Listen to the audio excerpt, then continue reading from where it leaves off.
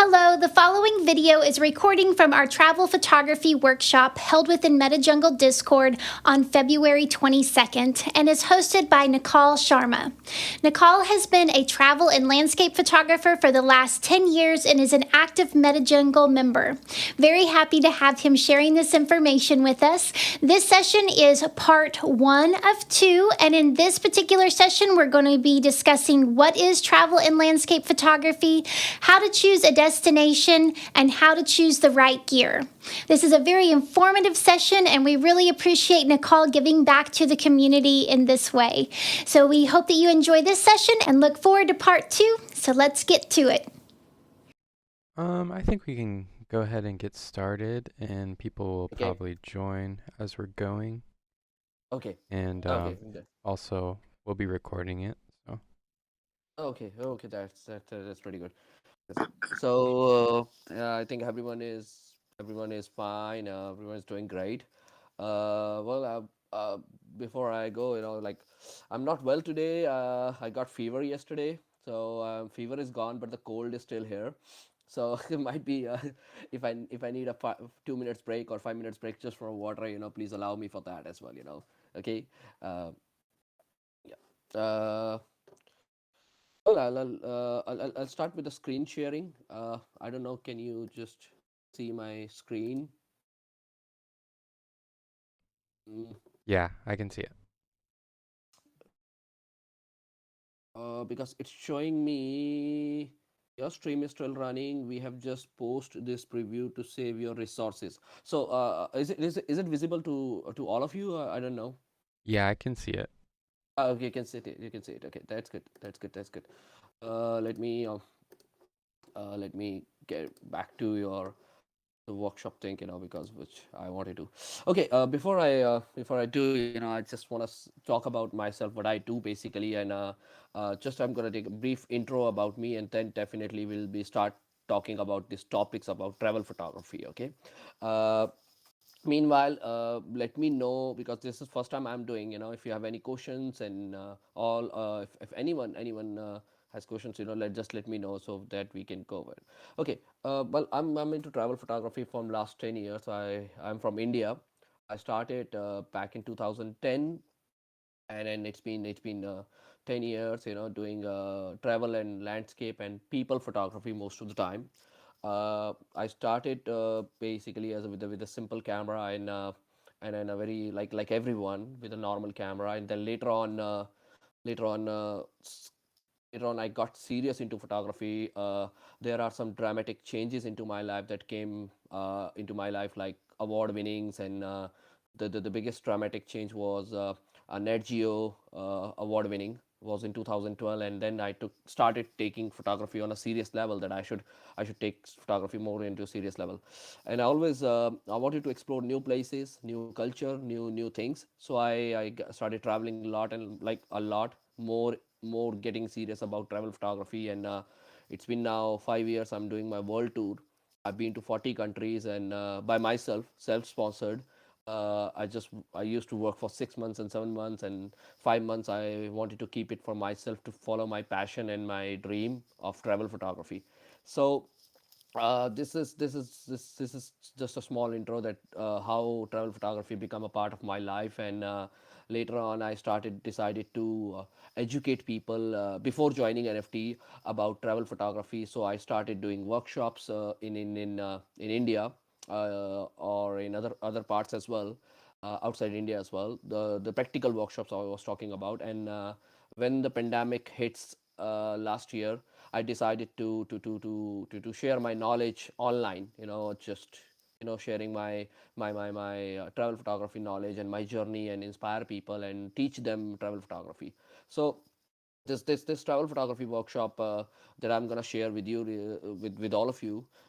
It's more about it's more about my secrets, my way of how I started travel photography, and what are the elements and what are the essential part of a travel photography that we need when we decide to become a travel photographer. Okay, so let me start. I think I'll start my screen sharing. Um,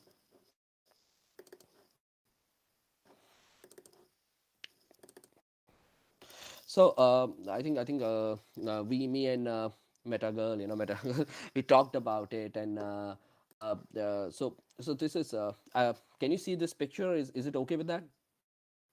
Can anyone? Yeah, I can see it. Yeah, okay, that's good. Yeah, so see, this travel photography in depth, basically I started as an online course, but I wanted to share now with on your platform as well. So I divided into few topics, like what is travel and landscape photography, how to choose a destination. Of course, when we travel as a photographer, we have some challenges to choose a destination, where to go, how to go, how to plan your trips, for photography. Of course, not everyone travel like me as a photographer or as a solo, but some people travel with family, some people travel on for work. So that's a different kind of travel. But when you want to travel for travel photography, especially, what are the challenges and what are the things that we need to keep in mind for choosing a destination, how to choose the right gear for travel photography. Of course, this is one of the most important part that we gonna talk about it, because definitely, a gear is essential part of your photography. Of course, any camera can do the magic, but after photography, after once you have the camera, your so there are certain things that also matters in your travel photography as well. So we're going to talk about these three topics first, and of course, MetaJungle, and we talked about it. We're going to do the second part as well later on.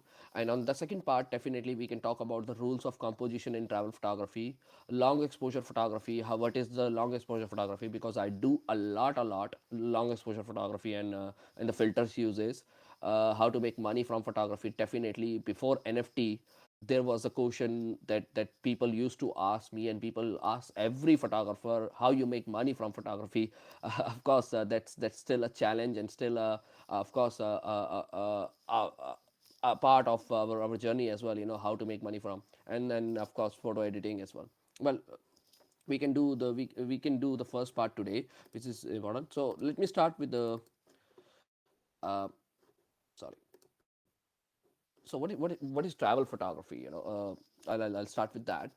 So definitely, when we start as a travel photographer, it's very simple. Travel photography means travel. One has to move. One has to move, and somewhere to.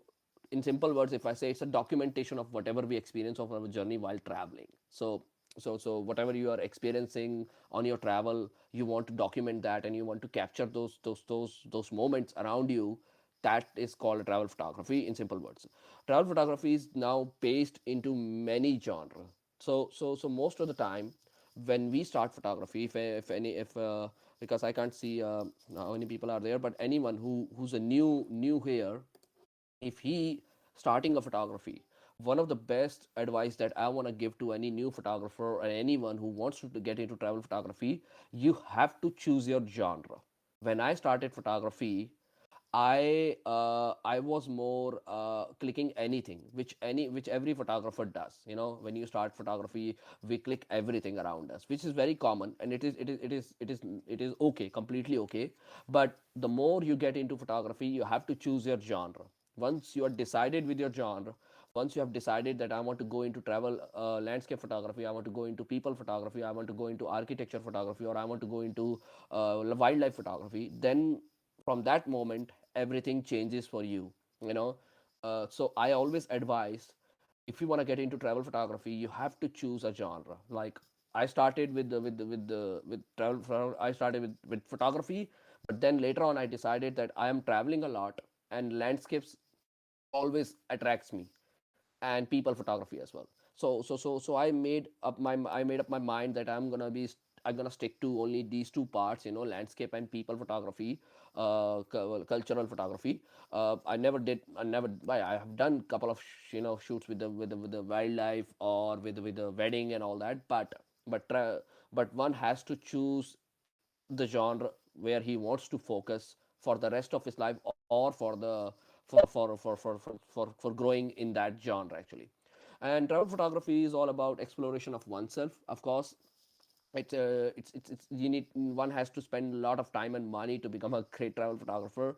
Like I've been traveling doing travel photography in the last 10 years, and I know it's not easy. It takes a lot of your time and money, because when we talk about the content, the content has to be very, different and full of varieties and all that. So one has to move a lot. A travel photography asks two things to any photographer, that is time and money.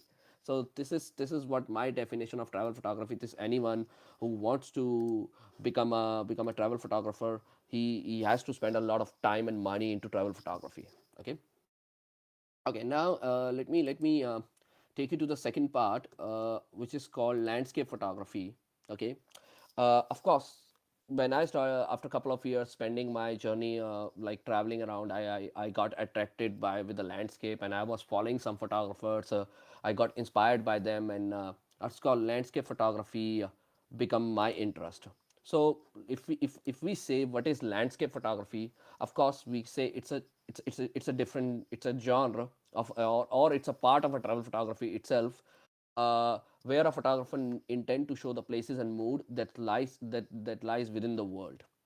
Landscape photography itself, it's a storytelling theme. Of course, a lot of landscape photographers still do that. When they post a picture, they always write a story behind that picture. And I believe every landscape photographer should do that. This is just my personal opinion. Then because a photo itself it's strong, it's powerful, but the words can put more depth into that photo, into that moment, so telling it's itself, it's a storytelling theme itself. Landscape photography includes many elements, from nature to people to tiny objects that are present in the existing location or environment. So in landscape photography, people use different objects and different subjects to capture a moment, or capture a definitely or a scene, you can say that.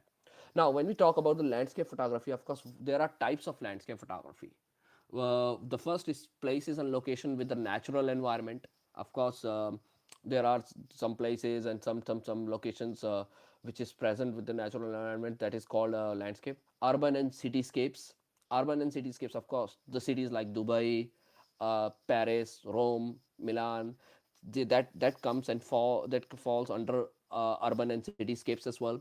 Seascapes, of course, seascapes is a kind of photography as well, and it comes into landscape photography, where you have seen, I think, on your MetaJungle, there are many the seascape photographers who share their daily work of seascapes, and I'm in love with that. Real natural world means a, a world which is completely natural. Now if you ask me a difference between the places and location with the natural environment and the real natural world, in the real natural world the man-made elements are missing. Means it's a completely natural world, like you can take an example of northern lights. Okay, that's a completely real natural world. Or a canyon, grand canyons, which is completely any photography or any part of the world which is completely natural, and the man-made elements are not there, that also falls into a type of landscape photography as well. Okay, so what are the elements of landscape photography? When we talk about landscape photography, every photographer should keep in mind, these elements, actually, because a photo looks always beautiful when the elements are present in that photo, in that picture, and those elements could be anything now. Anything, I mean to say, it's a photographer duty and the job, how he applies those elements, and how from what angle, from what composition he shoots, or she shoots from, these elements. So normally, in brief, if I say, there are natural elements and the man-made elements. So our landscape photography could be a mixture of both. Like, I give an example of Dubai. It's a it's a it's a it's a full of man-made elements, like the buildings, skyscrapers, bridges, and the clouds are in the sky. So this is a mixture of both. And a picture could be just landscape photography just could be with the natural elements, mountain, beaches, trees, rocks, and it could be only with the man-made elements as well. So these are the elements normally when we do landscape photography, we look for it. So now, what triggers to landscape photography? Of course, I always question myself, that whenever I'm traveling and whenever I'm going somewhere, a photographer eye is always looking something around. We photographers, those who are listening me, they already can correlate with that. We are always holding a camera in our hand, and we are looking some.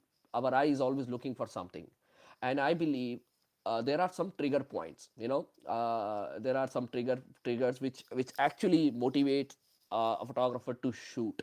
And there are some triggers, which tell us, now this is the moment that I need to take a picture, or this is a thing, this is where I need to take a picture. And those, what are those triggers? For me, I divided these triggers into these things as well. Light and colors, of course. Whenever I see light and colors around me, I got excited. And I think it's very human nature. Whenever you see lights and colors, I'm not just talking about the photographer. Even a normal person can feel that lights and colors are there. If you're traveling in a car, you see the lights and colors, or colors in the sky, you would definitely look for it. Or a photographer might stop the car and take a picture, but normal person might go and see the colors, and he'll say, oh, it's so beautiful. So there are always some trigger points that motivates the photographer to take some picture. And those trigger points are light and colors.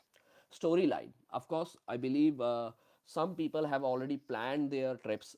They believe in the scripts, and they believe in the storyline. Okay, that I want to go there, and I want to shoot a picture, shoot a moment, and shoot this location, and this storyline is there. Geometry, I believe geometry also well, triggers the landscape photography. Whenever I'm traveling, if there are any forms and shapes, not just in the mountains, even in the beaches or seascapes, or even in the city. Whenever I see a geometry, that triggers the landscape photography in me. And I believe many photographers can agree on that. Highlights and shadows, of course. Uh, Landscape photography is always about land highlights and shadow. Let me show you this picture. So this is a perfect example of highlights and shadow. So this picture is half with a light and half with a shadow. So whenever we see a moment like that, when we are going out, or when we're going for the sunset or sunrise, whenever highlights and shadows are playing a drama, we always get excited, and we want to click that picture. Location and moments, of course. Some photographers have already planned locations in their mind and the moments in their mind, and definitely that triggers to the landscape photography as well.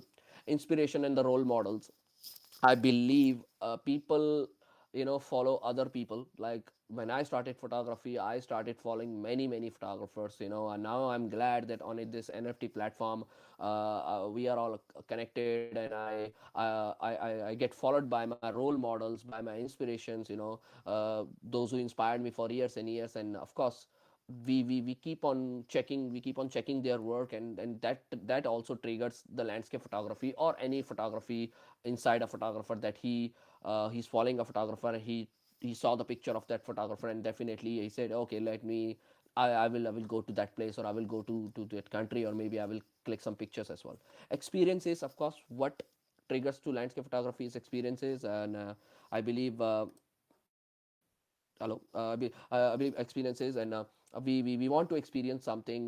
We want to experience some new places, so that also triggers the landscape photography in us. So, what's the best time to get the best shot? Of course, most of the time, we as a photographer, or we whenever we go out, we get asked by many people, or by new photographers, what is the best time to shoot? Uh, well, when I'm going for travel and landscape photography, I always prefer before sunrise and after sunrise, before sunset and after sunset. Of course, the light is soft, the light is not too harsh, the colors in the sky and the colors matters a lot for the light, and the colors matters a lot for photographers. So that's the best time normally a photographer choose. But there is always a myth that we I till 2017 I used to just follow. I believed, I not follow, I used to believe that only we can do photography before sunrise and after sunrise, and before sunset and after sunset. No, that is wrong. We can do photography anytime we want. There are some other ways, other subjects to shoot in the daytime as well, where you can do a amazing photography in the daytime as well. But when it comes to landscape photography, of course, these are the preferable times that landscape photographer look for it. A blue hour is one of the most interesting time as well, where a landscape photographer or a travel photographer look for it, because most of the time I've seen, I was traveling in the world, like around the world, and I've seen the people after sunset leave. But after sunset, your blue hour starts, and I believe that's the perfect timing to basically shoot in the city normally, where the light pollution you have, where you have the light pollution. That won't be possible in the darkest area, like in any area where city is not there, where light pollution is not there. But the blue hour is only possible, we can say, where the city and the city light pollution is possible. Why? Because it gives you a color combination. We call it a color theory. Actually, we achieve a color theory. We're going to talk about it later. But a blue hour allows you to capture a moment which actually gives a beautiful color theory here. So this is what my favorite time to shoot in the city. When I'm in any city, I after sunset, I don't leave from that place. I would love to stick after sunset and wait for 1 more hour when the sky turns completely blue and the city lights turn on, and then I make a one blue hour, or a night cityscapes up. Dark night photography, of course, is one of the most. It's also a part of a landscape photography. You can say that the Milky Way and the astrophotography. Of course, this also needs a lot of planning, a lot of your a lot of stamina.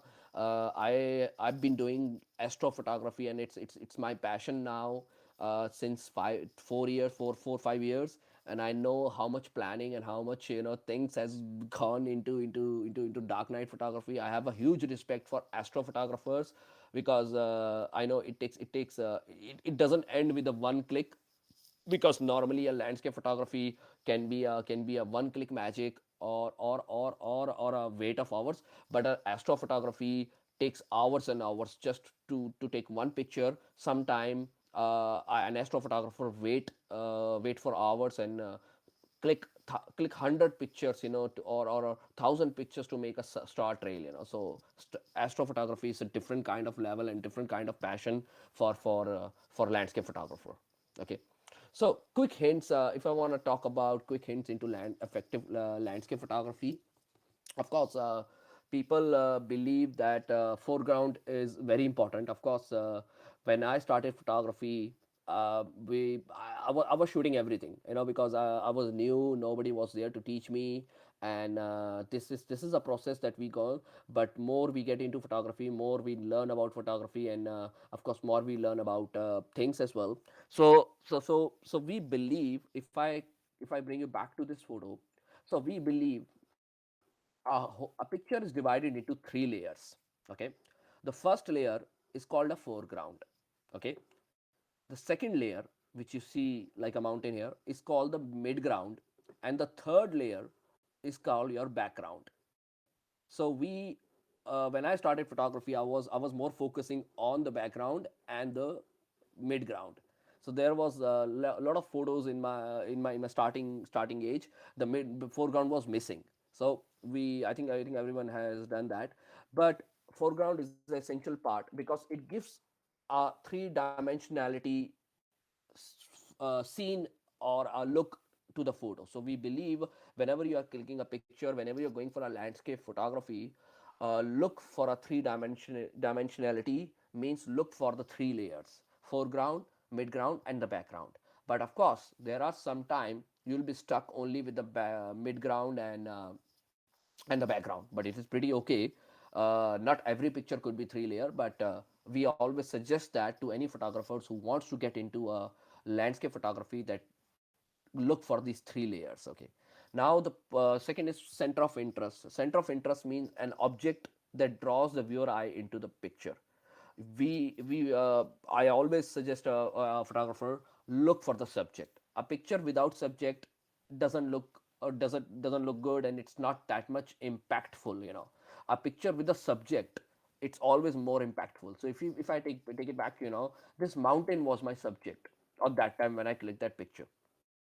It was in Dolomites, and so this mountain was my subject. So a picture with a subject looks always great, you know. So this is what I say. The rule of third, of course, we're gonna discuss that in the second part as well, definitely. I'm gonna take it to the next, you know, placing horizon a third way down from top to bottom of the frame is usually much better than having it in the middle of the scene. Of course, when we talk about the framing, you know, of the frame of a picture, horizon line is always there. Like, I know the Ansel Adam, he was the legend and he was a god of landscape photography. I remember he used to you know, post pictures like where only 70% was foreground and the 30% was background, or either it was the opposite way where 70% of background and the 30% of the foreground. But meanwhile, while we grew up, you know, some people changes the rule, and in photography the rules are changing all the time. So placing horizon the third way down from the top and bottom, it basically gives a more beautiful sense and better than having in the middle as well. Some people believe that, but I still click some pictures where I put the horizon in the middle as well. Of course, depending again on the scene, depending again on the photographer, where he standing, what he's shooting, and how he's framing the picture as well. Using tripod always, we landscape photographers, we are told, or we are educated in a way that landscape photography should be done on tripod. Okay, but I know it sounds funny, but whenever I travel, I always travel with a tripod. My 90% of travel photography is done on tripod. Not the people and culture street photography, but the landscape photography is done on tripod. I don't know, I have a bad habit, or I have a habit of that. Whenever I see a scene, I just want to put it on the tripod and then click it. But yeah, it is advisable, it is always suggested that if you are going for a landscape photography, if you are shooting a scene in the low light condition, or if you are sitting, even going, just use the tripod maximum for the sharpness, you know. High quality of lighting is the most influential attribute of a successful photography. Of course, landscape photography, we always believe that photography itself, it's a lighting, it's all about lighting. So whenever there is a light, so we have to, you know, make a best outcome of that.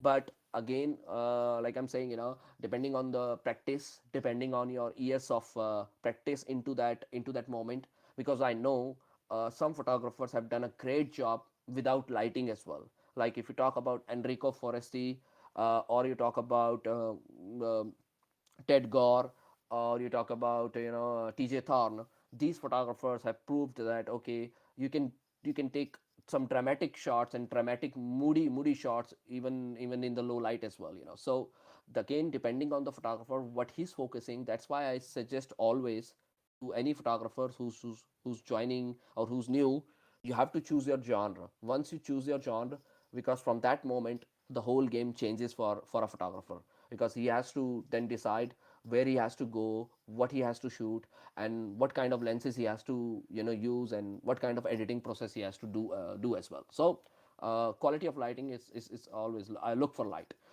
Most of the time, which I believe that photographer do mistake, which I do, which we do as well sometime, it's not looking for the unnatural or unwanted elements in the picture. Sometimes I've seen photographers doing picture, but they are they're saying okay, we can crop it in the Photoshop.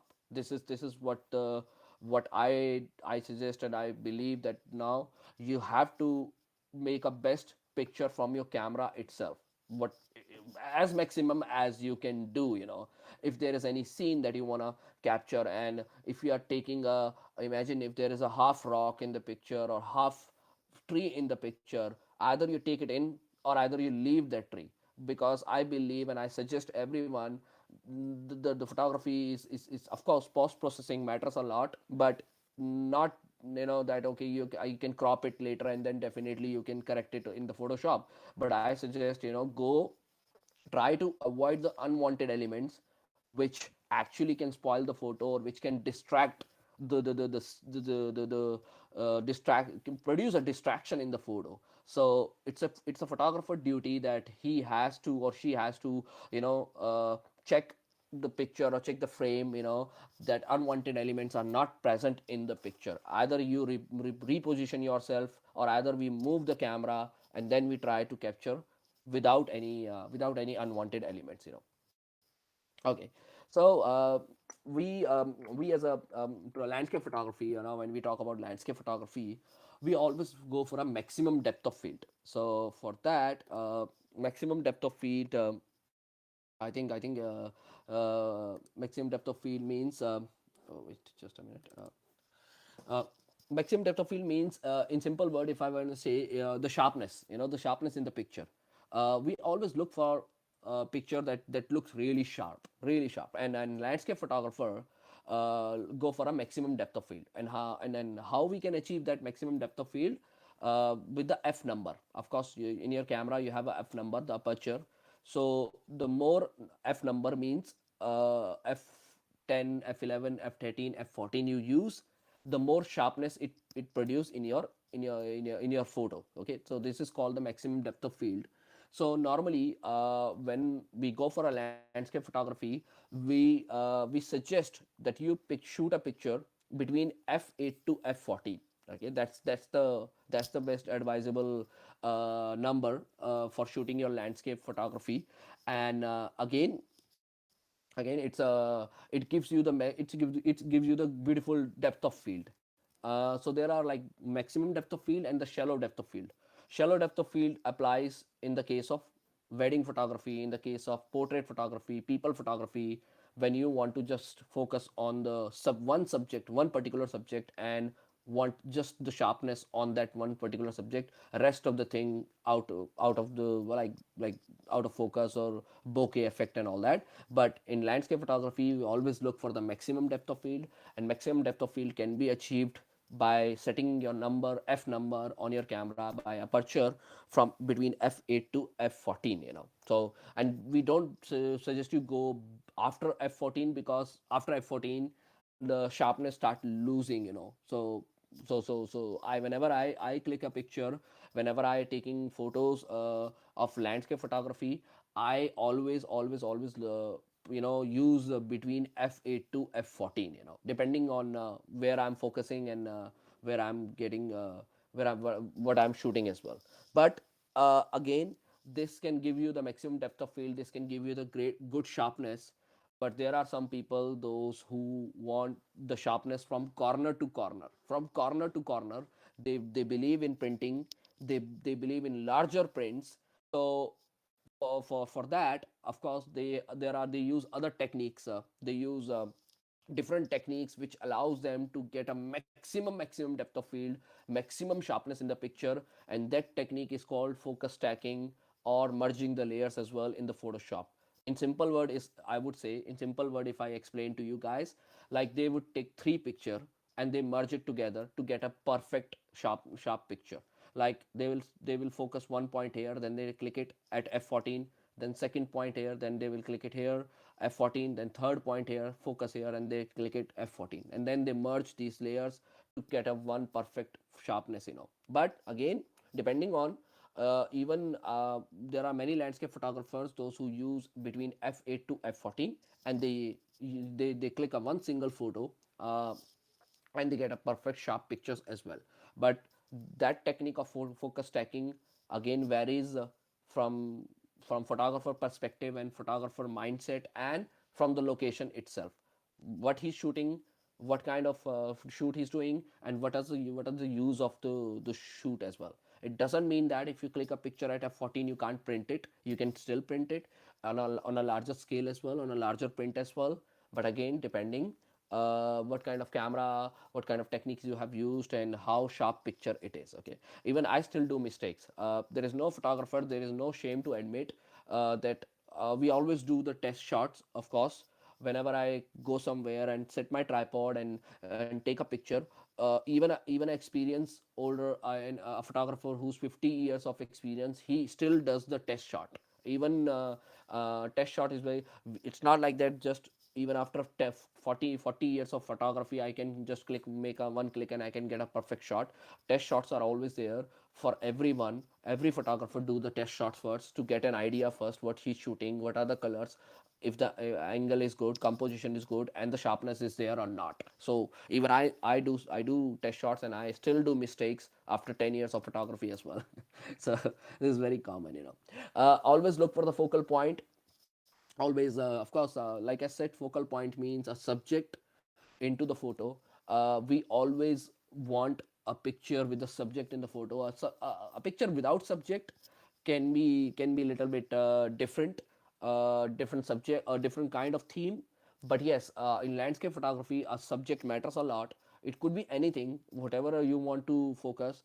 It could be any storyline or any story based, but a subject put the more depth into the picture. It produce more impact into the picture, and it allows a photographer or a viewer to see the picture into a more different way as well. Okay. Rule of third, definitely we will talk about this into our rule of compositions. Foreground is the key. Like I was saying, a picture is produced, divided into three layers. Your foreground is here, your midground is here, and your background is here. So when I started photography, I started mostly with the background and midground. But later on, with the knowledge, with more experience, I started knowing that foreground is also important. It gives some more beautiful, beautiful impact. It looks more dramatic, it looks more interesting, when the foreground and the elements in the foreground are present. So there are many photographers, many landscape photographers, they love to put foreground into the picture, and they look for the elements in that foreground. It could be a tree, it could be a small plant, or it could be a bushes, or any rock, or anything like here. It was my dream shot. It was from Portugal. I wasn't lucky with the weather, but still I somehow managed to pull out something, a good picture, out of that. And this picture, got published in the magazine as well, and I got award also on that picture. But I was very happy that I shot a place. I would love to go back again to that beach because I want to shoot with the sunrise and the sunset as well. But we can't have everything. The photographers. Okay, lines we will use, of course, in our rule of composition. Use of sky and elements. Of course, like I said, the travel landscape photography. It's a with the different elements, natural elements and the man-made elements. So sometime a photographer can use both the elements to make a beautiful picture. Like here I use all the elements. You can say the natural elements are present here and the man-made elements are present here. So with that, with the composition of both the elements present in that moment, you can make a beautiful picture. Shoot at golden hours, of course. Landscape photography, like I said, most of the time, before sunrise, after sunrise, before sunset, after sunset, we look for these time periods where we want to shoot beautiful pictures, because golden hour allows you to get different colors in the sky, and soft light is there, and your subject looks more refined, and it can give the amazing time, beautiful pictures at the same time. So shoot at golden hours, of course. Use your creativity to compose a story. Of course, somehow it comes with the practice. The more you practice, the more you get the knowledge of subjects, and how to shoot it, what to shoot it. Like this picture, if you talk about, like I shot it from knee level, from down level, because whenever we shooting a portrait or a subject which is people or cultural or whatever it is, shooting from the down level, or shooting from the knee level, it shows the dominancy, or the dominant character of that subject. So here I wanted to show this subject as a dominant character. I wanted to show this subject as a more powerful subject. Of course, that's why I went down to the ground level, and shoot it from the ground level. and it came out very beautiful, very amazing, powerful photo, as a powerful, with a powerful subject as well. So you sometimes you have to be very creative with your story and with your shots as well, moving around yourself, or even you can move your camera, different angles you can use and to shoot. Break the rules. Of course, photography is all about rules. We learn the rules and then we break the rules. That is what. Don't hesitate to shoot. That's what I suggest. People sometimes hesitate a lot to shoot. Even if it's for hours and hours of wait, just shoot it. This is what my gear, but it's okay. Yeah, that is what about landscape photography that I wanted to share. What is landscape photography? Okay. Okay. Well, I continue with that. The next part I wanted to share is to how to choose a destination. Even go in UK. If you want to ask any question, please let me know. Most welcome. Even Yeah, I'll let you know if we get any. okay. Thank you, brother. Okay, let me share how to choose a destination. Yeah, well, uh, so this is one second problem or challenge for any landscape photographer, for any travel photographer, that of course we want to travel. We want to travel as much as we want, as much as we see. We follow other photographers. We get inspired by places, by their photography, and definitely we want to do that. And this is what happened to me when I started photography, and I got inspired by many photographers, and I thought, let's do it. Let's do it. Let's go. And I made some decisions in my life, the hard decisions, and sacrificed many things. And I just said, okay, let's go for it. And I started choosing destinations for myself. So I was always curious and excited about the new places, about the new destinations, which opens which open the door for different for me to the landscape photography and to the cultural photography or people photography that I wanted to do. So again, what are the factors that we need to keep in mind before choose the destination for photography? Not everyone can travel for photography. Some people travel for work, some people travel for with families. So they have the challenges, and even the photographer has their own challenges. They have their own challenges as well. So but if we keep those things in mind and points in mind, I think it would be easy. So first is, what is the purpose? Like I said, if there is any photographer who's still not sure or still confused with his genre, then then it's not good way to go. Okay. I always suggest and believe, any kind of photographer who's starting a photography, a new photographer, or even experienced photographer, he or she has to choose his genre. Okay. You do, like, people can do many genre, of course, one at certain age, at certain level, but once you decide your genre, what kind of photography that you want to do, it helps you, and it actually easy certain things for us. Like, I wanted to go for landscape photography. Now I choose my destination according to landscape photography. So for me, it's pretty easy. I want to do landscape photography, so I know where to go. So what is the purpose? That is what a photographer has to keep in mind. What is the best time for the chosen purpose and according to the place?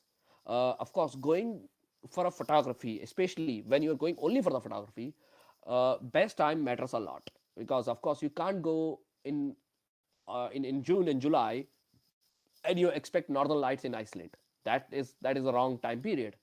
You can't go to France for the lavender fields in month of November. No, you can't do that. That is a perfect. There is a particular time slot or the season time there where you can see the things, if you want to go for a photography. So a photographer has to keep in mind, like, if you are going for a astrophotography, we say we need no moon, means new moon. The moon shouldn't be there when you are going for astrophotography. So astrophotographer has to keep an eye on the calendar, moon calendar, and timings, months, what time the Milky Way rise, what time the Milky Way goes down, from where it rise, from where it goes, what is the moon rise time, what is the moon set time as well. So this is what travel photography does, because you have to keep the things, a lot of things in mind. How much time and money you can put into that purpose. Of course, this is one more thing that I always suggest to photographer. If you're going for a photography, go with the time, go with money, of course. Uh, that because if the purpose is photography, then because when I travel for months. I travel for 4 months. I travel for 3 months. I went to Kyrgyzstan. I did Kyrgyzstan for 25 days. But not everyone is like me. But of course, a good time and money if you can put, that is more beneficial. But again, personal choice of everyone. How to choose a destination? Now the question rises. I was looking for destination. How I can choose? The first way is, of course, you keep on following other photographers, motivational and inspiring photographers. You get ideas and inspiration from their Facebook and Instagram. Okay. uh, and this is my secret. I'm going to tell you what is. Those who are listening me, they can write it down if they want. There is a website which is called locationscouts.com. Locationscouts.com is based. It's a platform for photographers where some photographers are very nice. They are very humble and they want to reveal the spots. Okay. So there are some photographers who never want to reveal their spots. Of course, I know. I've been to that process, and I know those photographers. I met those photographers. If you talk a photographer, where is this spot, a video you're taken, might be he tells, might be won't tell, because some photographers are like want to keep things for themselves because they are into professional way, because that's their bread and butter. But I don't judge, but that's pretty okay. But there are some photographers in the world who wants to share, who wants to share everything. So they go on this website locationscouts.com, and then they post a location, they post a picture, that this picture is clicked from that from that spot. So you can get an idea of spot, and you can get an idea of location actually. But again, it's a photographer personal experiences over there. Again, it could be right or it could be wrong, because now the location has changed, certain things has changed, a tree has grown up, or maybe some. So again, your personal research is more important. Again, this is the third point. Research more and more about unique and unexplored places. There are still much more to discover by the other photographer. I always prefer to go to the unexplored places. I This is what my belief is. I wanted to go to the places which are least explored by the photographers. So I always try to look for different places and different locations and different spots, where I can make new photos actually. Be focused on your genre, because it would be easy to choose the destination. Like I said, if you want to do the wildlife, then definitely you know where to go. If you want to do the people photography, then definitely people know where to go. Photographer know where to go. If you want to do the landscape photography, then definitely a landscape photographer know where he or she has to go. So once you once you are pretty confirmed and pretty sure with your genre of photography you do, it is very easy to choose the destination. Choose the best season. Like for sure genre, like northern lights are between September to March, and fall colors are between like autumn.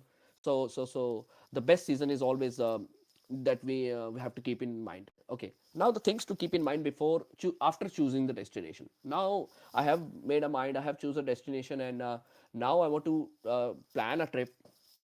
But how I plan my trip, these are the points where I want to share. These are my personal experiences, that I how I plan my trip. And at least I go for 2 weeks trip for any destination, if it's possible. If anyone who's listening out there, if it's possible, take between 10 to 14 days for any destination. Even if you get stuck with the bad weather or the bad lighting, you can at least come up with you can compensate with a few more days. That is, go with the photography tours and groups if it's unknown place, to get better photos and save more time. Of course, some people don't have liberty of time. Some people are working, some people are with a family, but they still want to pursue their photography passion and photography hobby. So they go with the photography tours and groups, which is very common, which is very advisable. I believe it's not just because I do, because it's not just because I'm from the same industry, but I believe photography tours will allow you more, getting better results in a very less time as well. But like a guy like me, always traveling for months and months, definitely. Of course, I can understand, but photography tours can be very beneficial at the same time as well, getting all learning on the field as well. Hire a local guide, a photo mentor. Of course, this is what I suggest. I do as well. Even I'm pretty sure that I'm well traveled, I still do. Like in Kyrgyzstan, language was a barrier. I had to hire 20, for 20 days a local guide who he was my local guide and chauffeur. So he was there for 20 days with me to roam, to show me around and all that. In Bali, I did that as well. I wasn't able to find a spot. I wasn't able to find the boats that I wanted to shoot. The piece is on my foundation as well. I shared the story as well. I had to hire a local photo mentor over there. I had to pay him to show me those boats, and then took me there, and then I made my dream shot. So it is pretty okay to hire a local guide, a photo mentor who knows the area pretty well than you. Hire the car and go for the road trips always, because it allows me to stop and to anywhere I want, and uh, to give me more flexibility. Always take extra gears. Yeah, of course, this is what I best advise if you're going to a trip for like photography trip. I mean to say, extra gear can help you. Extra batteries, extra gear. Even if you are stuck with your camera somewhere, one camera got damaged, or anything that can happen to your gear, you know you have a supplement, or you have a extra gear with you, so that you can still carry on. Do your research before go on Google Maps and Google Earth, which I still do. Whenever I'm choosing a destination, after choosing the destination, these are the points that I keep in mind. Okay, I go for a Google Maps and Google Earth, and to keep it to look around what is there. And this is the second last point I want to share. This is my secret as well. I take the screenshot. I have almost like 1,200 screenshots in my phone, from the inspiring photographers, from my mentors, and from my photographers that I used to follow and I still follow. I took a screenshot, because I wanted to go to those destinations. I wanted to go to those places, and I wanted to capture, but not to copy, but to get the ideas. Okay, there are some places you have to make the same frame, but again, coming from your camera, it's a different feeling. Never ever feel that you are making a same composition, and you are making a same photo like many people did. No, it's a different feeling when you shoot it from your camera. It's a different feeling. Your story is always important. Your story is always different from other people's story as well. So even if it's the same frame, it doesn't matter. Never doubt yourself. Never doubt your photography and your composition. Just still click it. If it's your dream shot, then click it. Okay.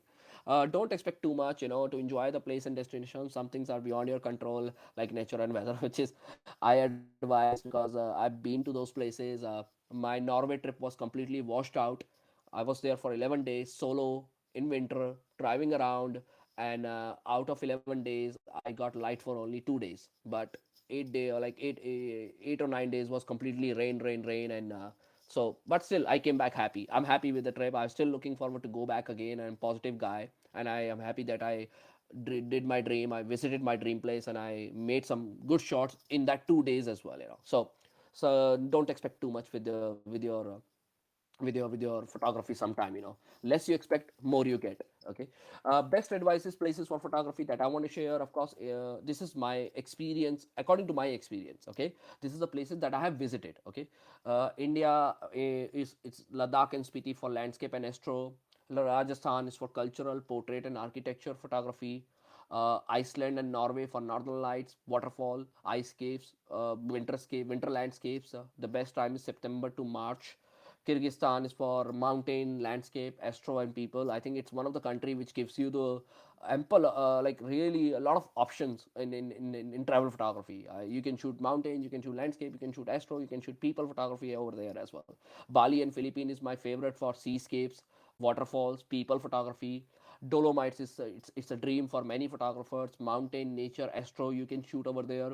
Uh, Vietnam and Myanmar and Japan as well. I would love to add Japan into that for portrait and people photography. Of course, Vietnam is one of the country that I loved it. I was there for 1 month, and I was shooting portrait photography. Especially went for a portrait photography for ethnic tribes. I was making a documentary, just solo documentary on my work, on portraits, and people photography. So Vietnam and Myanmar, it's a beautiful country. So all these places are experienced and visited by me personally. So of course, this is there is a long list. I can add many, many, many, but again, depending on the photographer, depending on their budget, and depending on their time, where they want to go, and what kind of photography they want to do. So this is what how we choose the destination. Okay. Oh, we Okay. did have one Now, question, yep. Please. Yeah.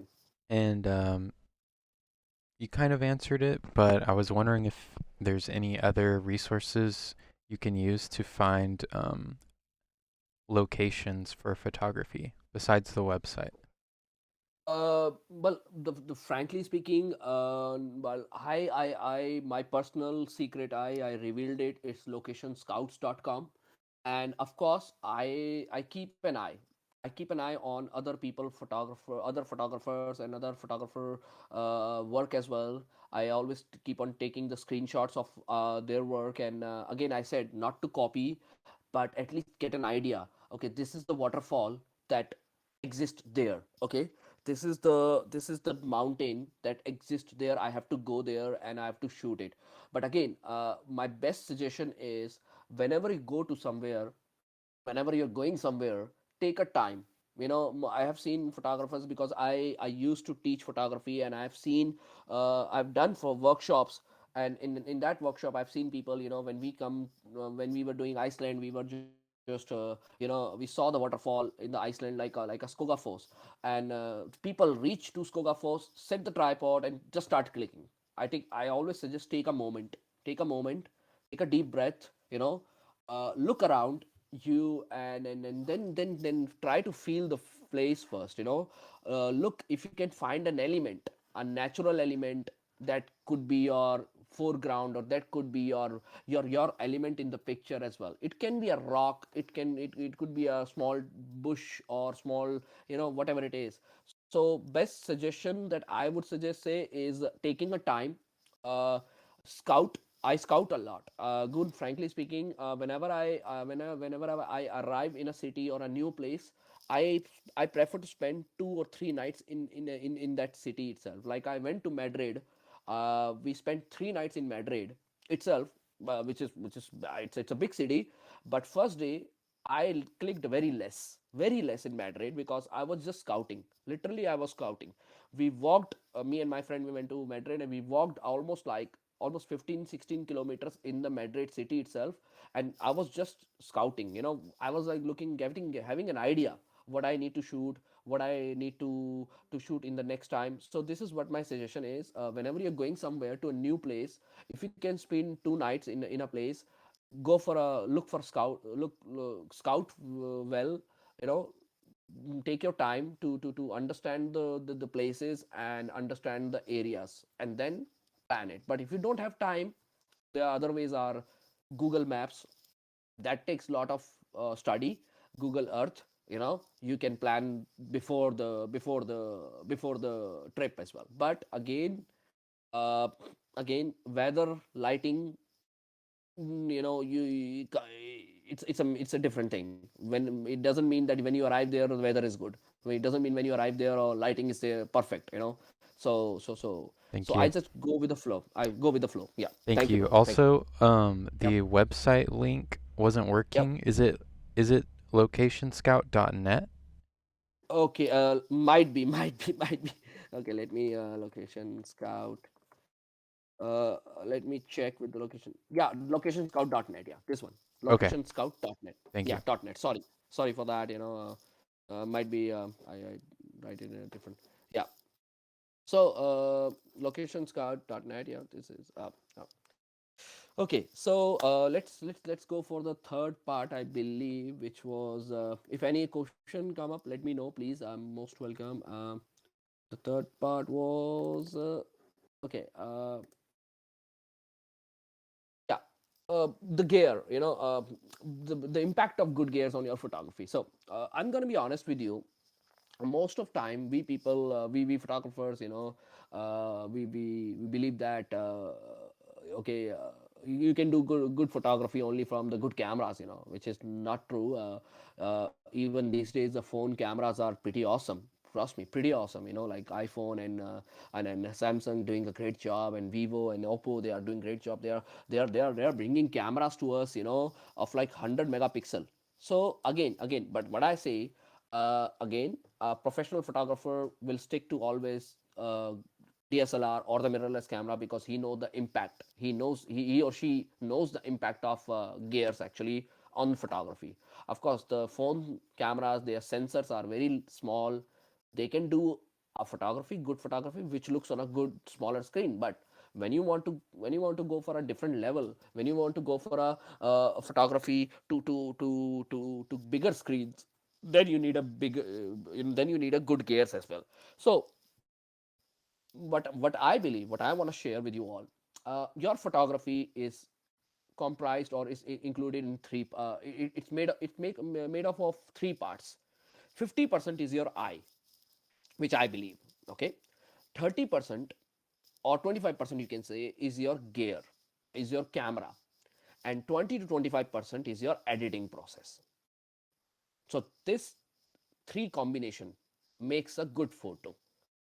50% that comes from your eye. Eye means your knowledge, your study on photography, your experiences on photography, your years and years of practice on photography.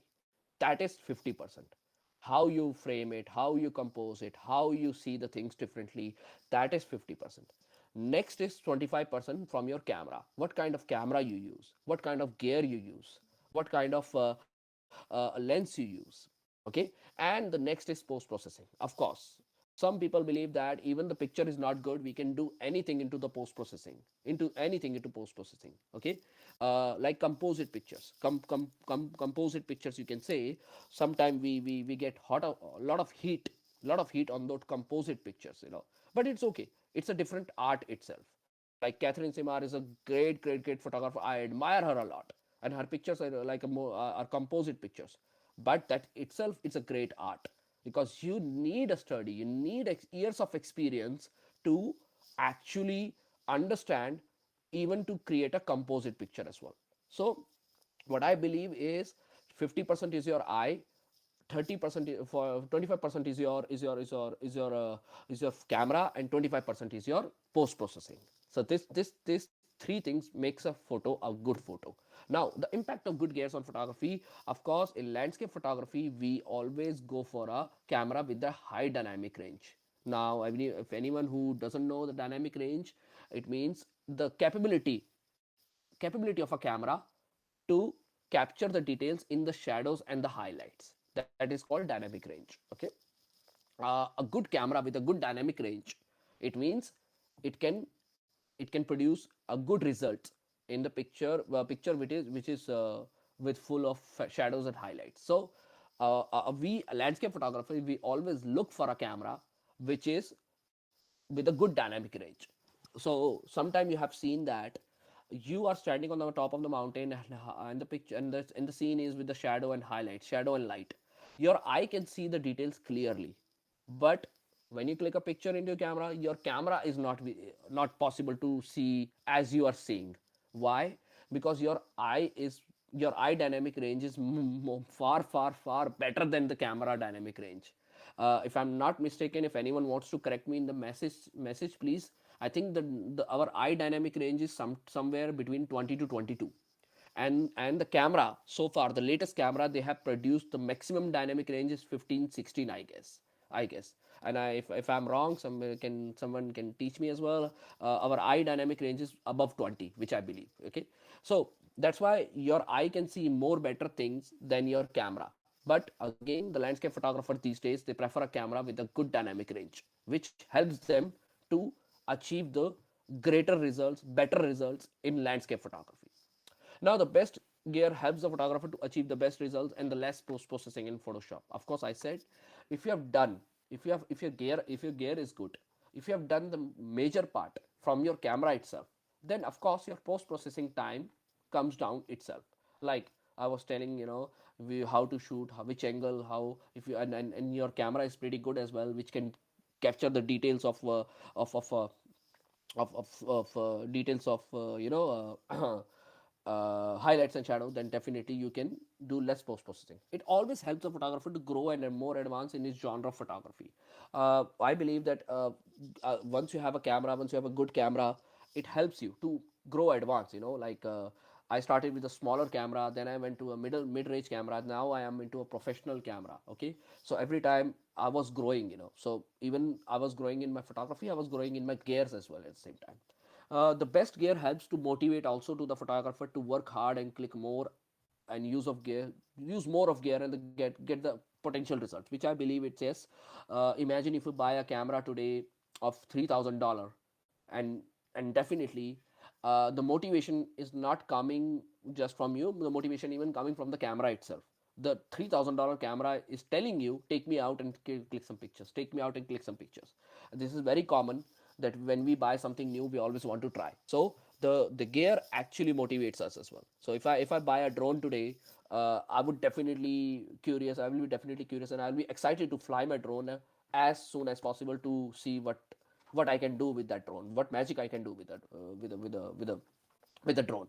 So your gear motivates you itself, I believe. So having a good gear, it impact a lot on your photography as well. So now start with the cameras, of course. The first question we ask always, or those who are listening, what is the best camera? See, frankly speaking, I'm not in a favor of any brand, or I'm not in a favor of any camera. But again, it's a personal choice according to the budget, according to the photographer, kind of photography he or she does. For amateurs, which I believe, you can choose between 23 to 47 megapixel camera. Either you can go for a crop sensor, you can go for a full frame sensor. Budget between 800 to $1,700 or 3,000 $2,000. Nikon, Lumix, Sony, Fuji, whatever.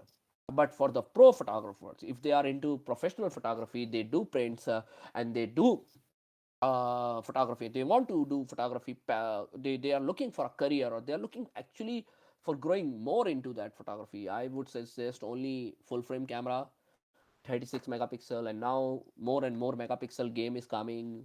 There are cameras with 60 62 megapixels. But yeah, again, I'm saying it's a budget thing. Again, you can choose any camera which has a good dynamic range for travel photography, and which is lighter, of course. I have a DSLR. I now started feeling that I need to shift to mirrorless, because the pain of having a DSLR cameras, the two DSLR cameras, they are heavy ones. I'm using Nikon D850 for those who are listening. It's a heavy camera.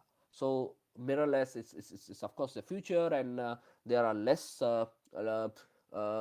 They produce good results as well, and less weight. Of course, we the photographer, we the biggest challenge for us is the weight. Okay, so now give me just an example of what is the what does highlights and shadows, dynamic range of a camera. Why the good camera with a good dynamic range produce greater result, and why the camera. So this is my first photo from Spiti Valley. I started going to this valley in 2010.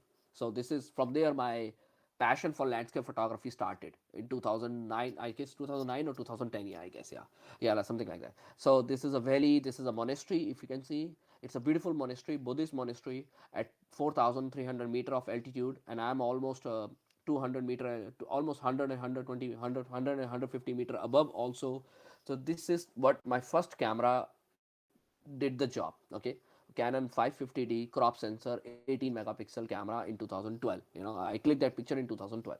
So and this picture was the changing, or well, life changing for me, because this picture was selected by a National Geographic in the contents in the contest in Italy, and it got exhibited in Italy. From there, from that moment, I started thinking that okay, I can do better, and I can go for a more better way. So from that picture, actually, this is a picture which changed everything in my life, actually, you can say. And there is one more picture as well.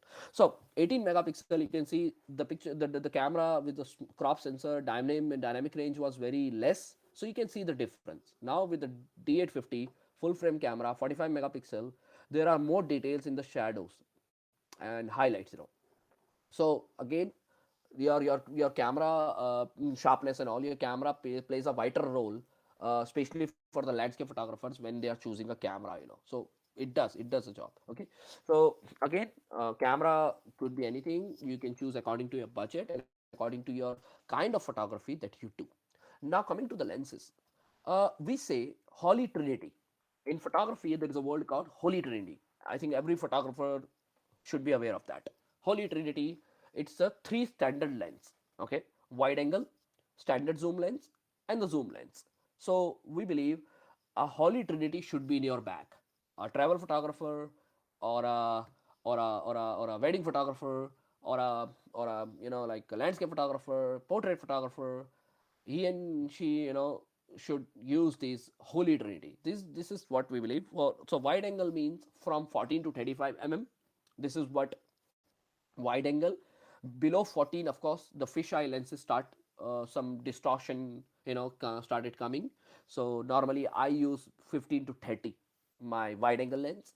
Standard zoom lens that normally comes with your kit lens. When you are buying a camera, there's always a one lens which is called a kit lens, which we normally use in the photography, and I use most of the time. Most of the time, this is my standard zoom lens, 24 to 120, or 24 to 70, or 24 to 105. According to companies, it varies. So this is most of the time I use for photography. Most of the time, okay. Zoom lenses again from 70 to 400 mm. But now you ask me, Nakul, why we need a 400 mm for a wild for a landscape photography or for travel photography? Trust me, I still don't have 400 mm. I'm planning to buy. I have 200 mm, but I missed many award winning shots. I am sure. I was pretty sure if I had 400 mm with me. There are many moments in your life. There are many amazing special moments in your life when you travel, where you really wish that you have again good zoom lens as well. So that's why I say holy trinity is very important in your bag: wide angle lens, standard zoom lens, and the zoom lens. So this is what we keep in our bags, or one has to keep it in his or her bag. Okay. Apart from holy trinity, for portrait and people photography, we always use for prime lenses. Prime lenses like 35 mm, 50 mm, 85 mm, and 100 mm. Again, for macro photography, people go in 90 mm or 100 mm as well. So this is what your lenses can do. So now if you talk to me like what are the differences, now you see, I took this picture in the Mount Bromo. That was my dream, to go there and to shoot these active volcanoes, and there's a huge story behind that picture. I'm not, I won't take too much time. No, I won't because if I start telling you the story, it's gonna be longer and longer. So but I wanted to tell you here the experience. So I make this picture from the same spot, but what is the difference between the lenses, like when you use wide angle and when you use a standard zoom lens, how the pictures can be different, and how impactful, and whole perspective changes over there. So you can see both the pictures are clicked in ff, so on f13. This is with the 28 mm with wide angle frame, little bit not wide angle, but yeah, again little bit wide angle, but this one is more cropped. I didn't crop it, but it's a 65 mm. I use 65 mm focal length and more compact and more details and all that. So this is what your lens does. Okay, to like what kind of photography you want to do, and how one can change the perspective, from with the lens as well. Okay, now the tripods again. Most of the people don't spend their good money on tripods, which I suggest is the biggest mistake. You buy a camera of $3,000, but you don't buy a tripod of not even $100. That is very risky, because one day you put your $3,000 camera on a tripod which is not $100. It's a great risk. So I suggest you always buy a good tripod. Travel photography, because now I know my 90% of travel photography or landscape photography is on tripod whenever, because I can't go out without my tripod. I don't know, it's a bad habit or good habit, but it's a habit. Now it's a habit for me. I have to try travel with my tripod even in the daytime. I was carrying for hours and hours sometime, you know even if I don't use it. But I think all photographers know that struggle that we carry the gears on us. So whenever you're choosing a tripod, keep these things in mind always. What, like, I want to suggest you, what are the points that you want to keep in mind before buying a tripod. Like size, of course, carry luggage. Airlines are bad these days. They are so much rules and regulations in airlines whenever so you have to measure it. Buy a tripod which can easily fit into your luggage, or if the airline allows you like a cabin bag, or within cabin. So you have to need a tripod which looks smaller. Weight is different thing, of course. You know, I prefer tripod with a carbon fiber because it weight very less. It's more expensive, but the weight is very less of that tripod itself.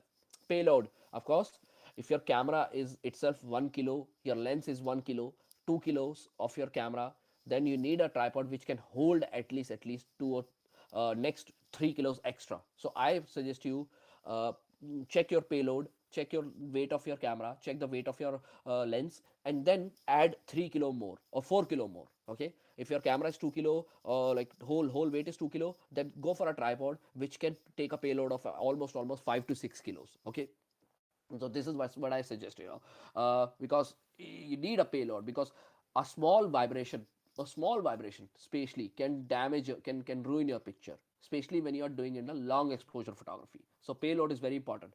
Durability, of course, carbon fiber is more important. A tripod with a good durability is most important. I suggest you good tripods. Invest in good tripods. It's one time investment. Height is matter a lot. I think you must be very aware. Must be you all will agree with me that I have seen people. They are not opening the all legs of tripod. So what they open two legs or only two legs, and they bend themselves to see in the camera. I say, why would you do that? Why would you bend your back? Why would you do that? Open all the legs of the tripod, just stand straight and use it. Because you bought a tripod, and you're still bending your back and all that, because that will give you more pain and more health issues later on, which is I know, because my photography gave me so much back pain, and I have a slip disc problem, and I still travel with my back bag and all. I know, so it's better you buy a camera with a good height, so that you don't need to bend yourself, you don't need to, until unless you are making a low angle shots, that is different. But a camera with a good height, a tripod with a good height, sorry. A cost, of course, it matters again to your budget, how much money you can spend and how much money you can put into a tripod. But tripod is very important part of your photography. So these are the suggestions, some suggestions if you want to take a picture, if any want to take a screenshot of that. These are the suggestions that I suggest you. Leo Photo is doing a great job. Of course, I'm associated with them. It doesn't mean I have to promote them, but I use them.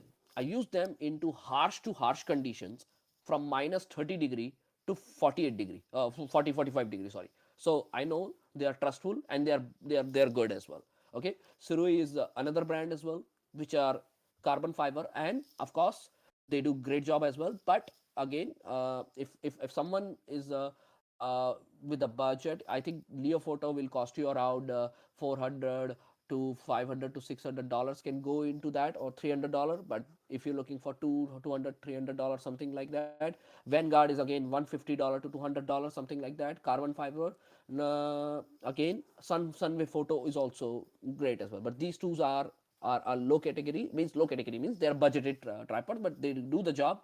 But if someone is want to a strong tripod with the strong legs, I would suggest Leo Photo or Surui as well. These two are great job. uh, of course, filters, we gonna discuss in the second part. Of course, we have a one different session on the long exposure photography and the filters as well. Our come on the drones, of course. Sorry, just give me a 1 minute. I'm gonna drink water. Sure, no problem. Sorry, I got sick yesterday, cold and fever and all, but now I'm fine. I'm I'm just having cold, and fever is gone, but yeah. Uh, so I'm okay.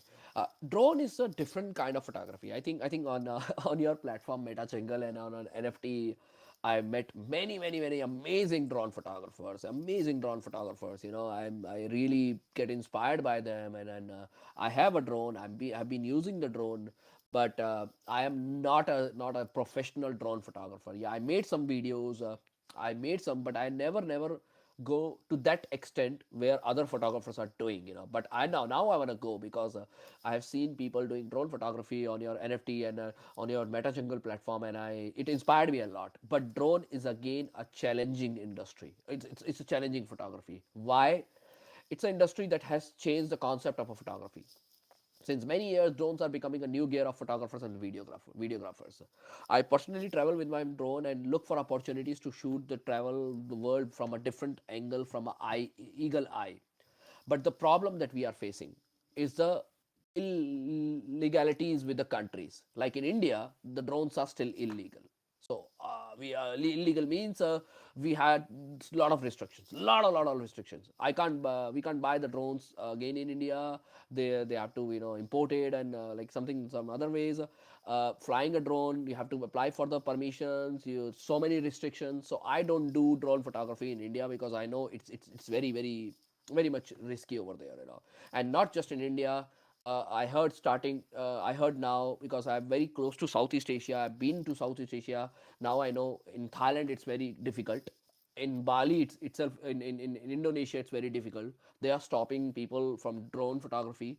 It is getting complicated day by day. But I have a huge respect for photographers. Those still do it in a legal way, and then they take permissions. They pay money, heavy amount of money, and there are some places where you can do the drone photography very easily because there are no people as well. Like Australia, there are some places you can do. Like Kyrgyzstan, I made a video out of Kyrgyzstan, and Kyrgyzstan is a drone-free country. You can fly your drone anywhere because its population is very less. Iceland, you can fly your drone some places, and some places you can't. Okay, so but the drone is again a different kind of game, different kind of level. Now this is my recommendation. Of course, now the Mavic Pro 3 has came. But again, those who are looking for a drone, Mavic is again DJI is a company where we have to focus.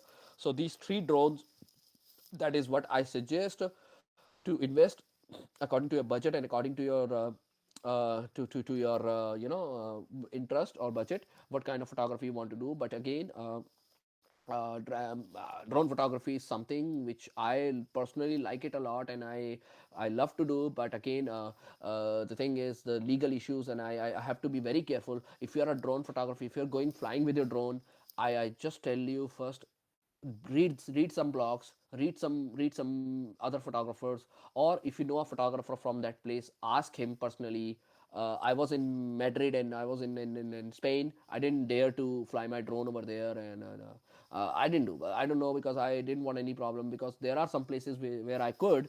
Even I have seen 2 3 guys was flying, but I didn't take my drone with me as well. So again, be very careful with the drone photography.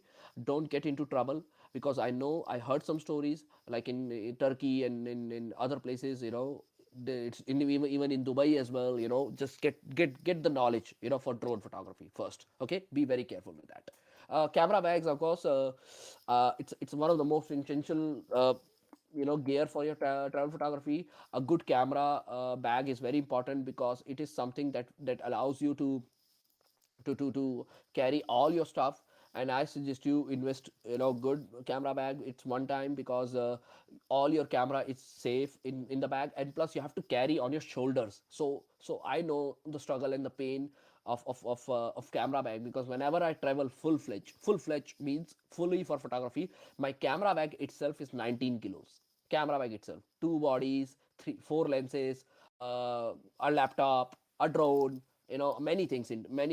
So 19 kilos, I know the hassle at the airport. Sometimes they stop me with the 19 kilos of bag, and they want to check my bag, what is inside the bag and all that. So 19 kilos of bag, this is what I do. But again, what I'm saying is your camera bag is very important. So these are the points that you need to keep in mind. Lightweight, it could be spacey. Back support system, of course, back support system is very important. Comfy padding, many pockets. I prefer a bag with a many pockets, because it's not just the cameras I put. I was traveling in the daytime as well, so I need sometime water bottle, sometime uh, many other things as well. My memory cards, and a lot of day stuff. That I need to put in my bag, and of course a bag that is allow and that is acceptable in flight carry. That you need to do as well. So these are some suggestions. Best camera bag for Atlas packs. Of course, I have used it. I'm still using it sometime. These are the two models that are good. F-stop gear is one of the most amazing bag. Right now I'm using F-stop bag, model Ajna. It starts from $250 or $300. These are amazing bags. Most of many landscape photographer, even the National Geographic photographer, use these bags, and they are very durable and very good bags. I think it's a one-time investment, and then you are done with that. Vanguard also some bags, which is budgetable bags. You can you can find a bag in $100 as well, $150 as well. So these are the three models that I suggest you can invest into bags as well. So cards and external drives, of course, this is one again important and essential gear. Uh, of course, a lot of time, camera is a body, and card is a soul of a camera. So never ever buy a cheap card.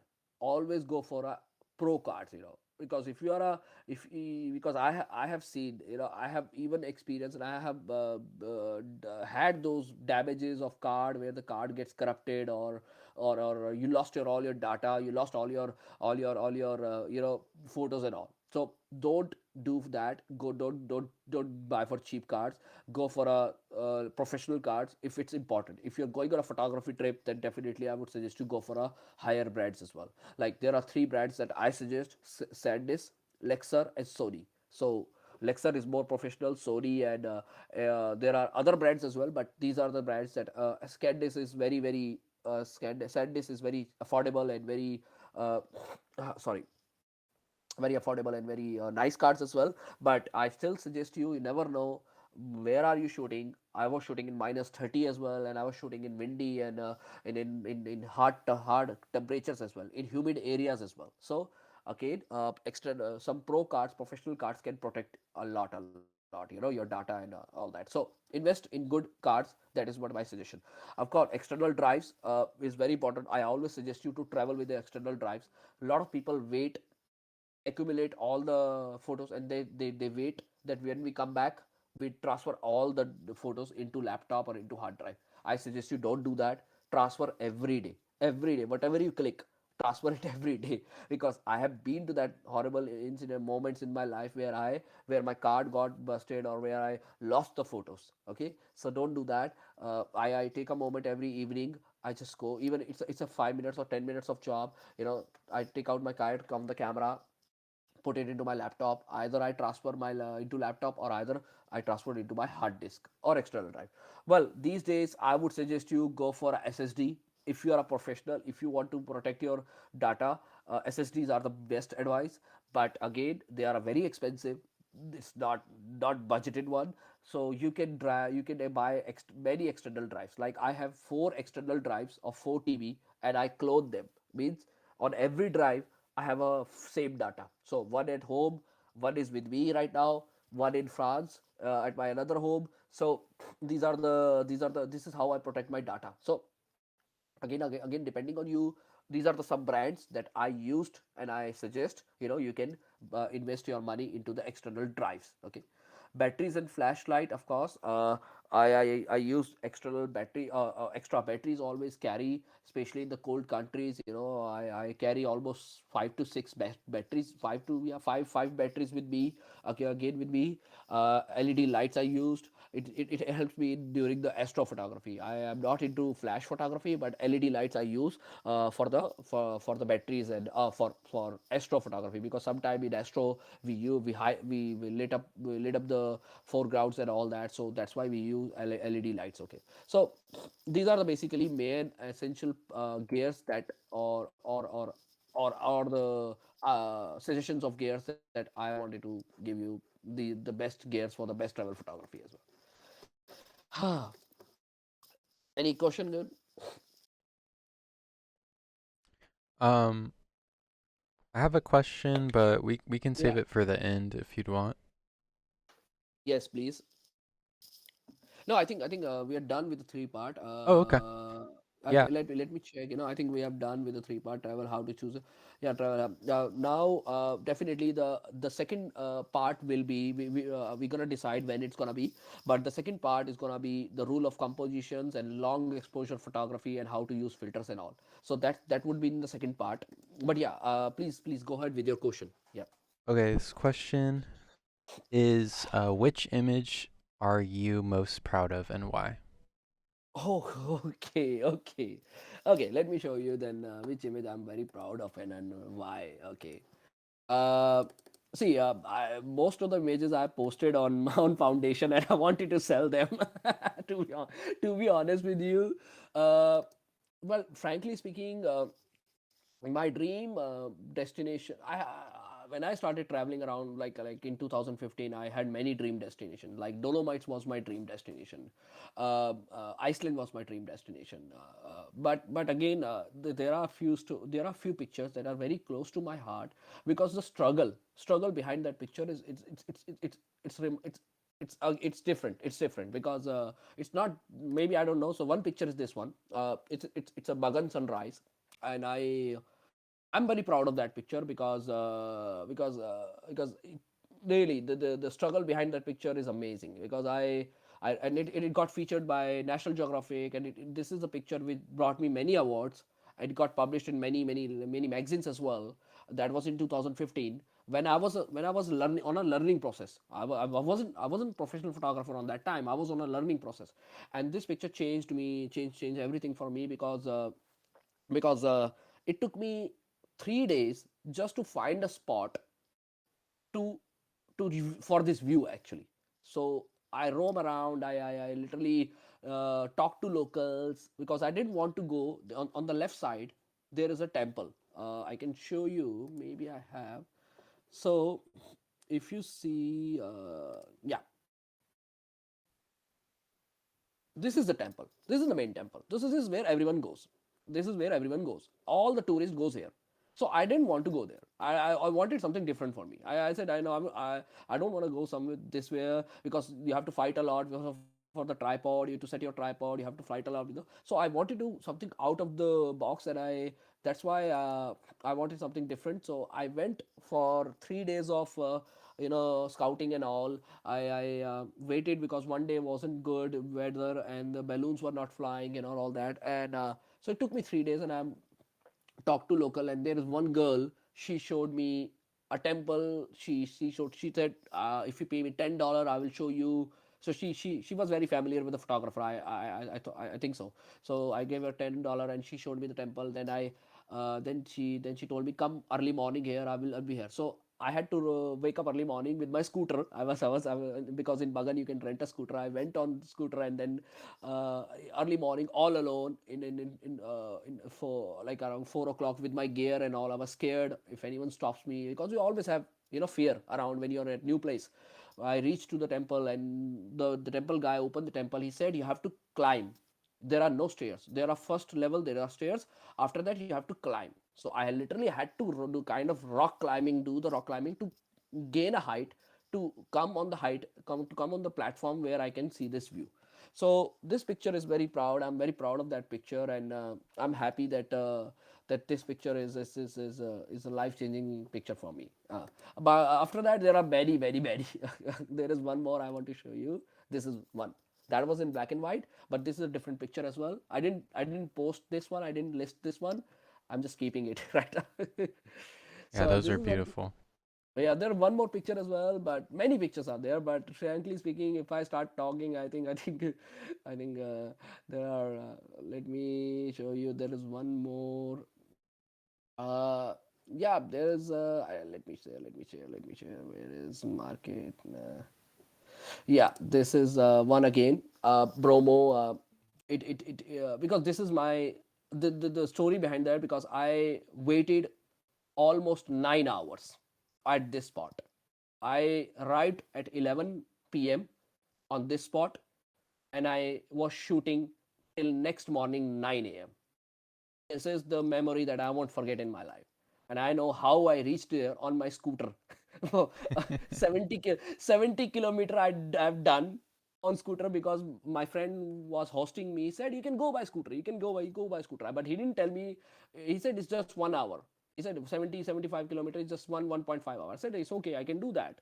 I didn't want to take the group, and because on the group there are many, but because the group normally the tourist activity start at 4 a.m. from for the sunrise, but I wanted to do night photography, astrophotography. So there was no possibility going with a tour, so I had to go by myself. So I went on a scooter by myself in the and the road to this place, it's dangerous. If anyone who has been there, if they listen me right now, I've done this at night on scooter, they'll be said, hats off, because I know, because I was literally scared. I had to pass through the jungles with my scooter with all my gear and reach there at 11 p.m., which I was late, again late. I did some astrophotography from there, and I waited for till next 9 a.m. for that picture, for the sunrise. So I was shooting like 8 hours without food. I was so much passionate and so much, into that moment. I forget the dinner as well. I said, let's go. Then I came down and then I had some food. So sometimes, photographers are crazy. They do things like That's that. amazing. We have one more question.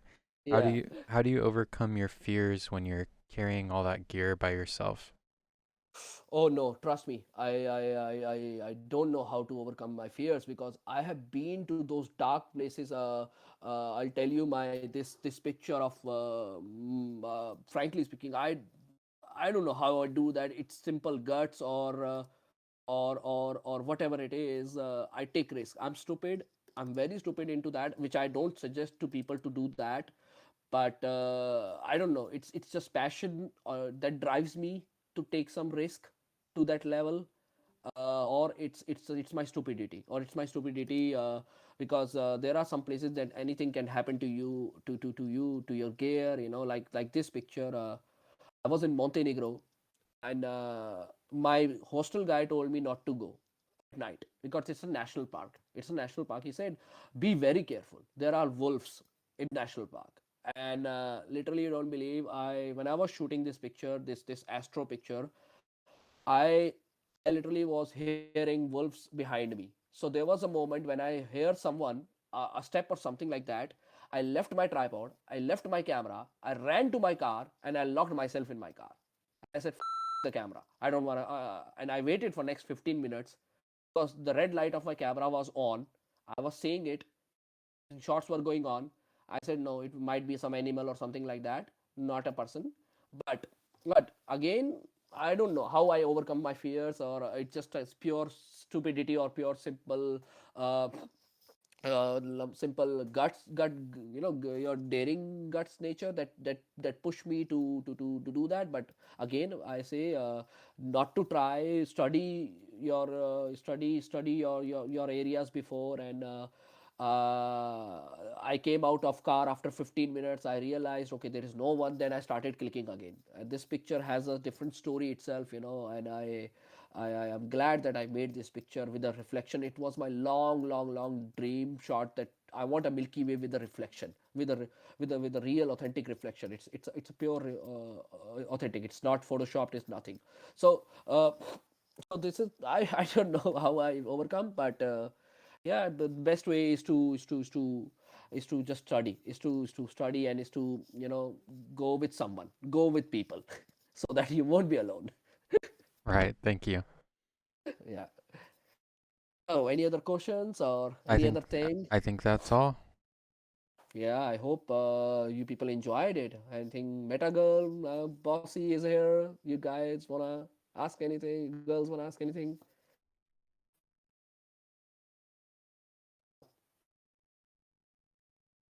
Okay. So I think it was interesting. I hope you enjoyed. Yes, thank you, Nakul. Thank you for doing this while you're sick and being able No, to no, give it's this to okay. everyone. No, no, no. It's my, it's a, I see this NFT community is really lovely, and you guys are doing every day. You guys are doing every day, every day, every day. You're doing great job, And then this is just a small, that I wanted to participate into that part of community and share my knowledge and share my experiences with you all. And why not? Why not? Because I know 2 years back I had nothing. I lost everything, and this NFT community gave me back a lot of positivity, not just the sales, but a motivation, and even the sales as well, which helped me because I lost everything in pandemic. I was from the tourism industry, and I'm pretty glad that I came to this industry and came to this NFT world. And you guys are doing a great job, and giving back in my way, in any way I can. It's just a simple gesture. It's just simple small gesture, and I'm looking forward to keep on doing, and I'm looking forward to doing more and more. Well, we really appreciate it, and we enjoyed your experiences that you shared, and we want to thank everyone that came to listen as well. But thank you for your time, Nicole. Thank Thank you. you very much. It was very enjoyable. So thank you so much. And it was great to learn more about you as well. Yeah. But I appreciate the time and attention. And I know everybody enjoyed it very much. And look forward to the Oh, next one. oh yeah, definitely. We will talk in DMs, and definitely we will. Tomorrow, day after tomorrow, I'll be busy because I'm traveling to Germany to meet my friend, and definitely next week I'm free. We can plan next week. We can plan next week, and second part for the people those who want to learn more about the rule of compositions and long exposure photography for travel photography. So we can do that. That sounds fantastic. We look forward to it for sure. And Thank thank you. you to everyone that joined us today. Thank you, Have a guys. great day, guys. Thank you. Thank you. Thank you all. Thank you all. Love you. Thank you. Bye bye. Bye Bye. bye.